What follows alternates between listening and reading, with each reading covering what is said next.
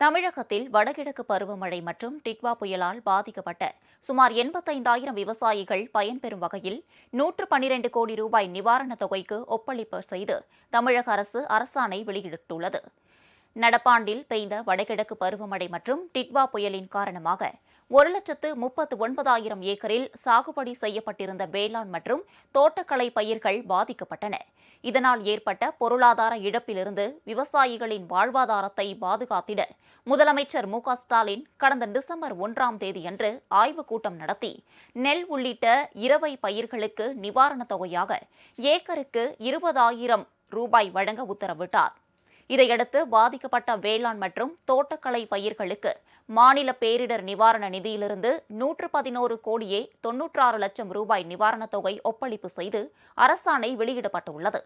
இந்த நிவாரணத் தொகையானது அரியலூர், காஞ்சிபுரம், செங்கல்பட்டு, கடலூர் உள்ளிட்ட 33 மாவட்டங்களைச் சேர்ந்த 84,848 விவசாயிகளின் வங்கிக் கணக்கில் நேரடியாக வரவு வைக்கப்படும் என்று தமிழக அரசின் செய்திக்குறிப்பில் தெரிவிக்கப்பட்டுள்ளது.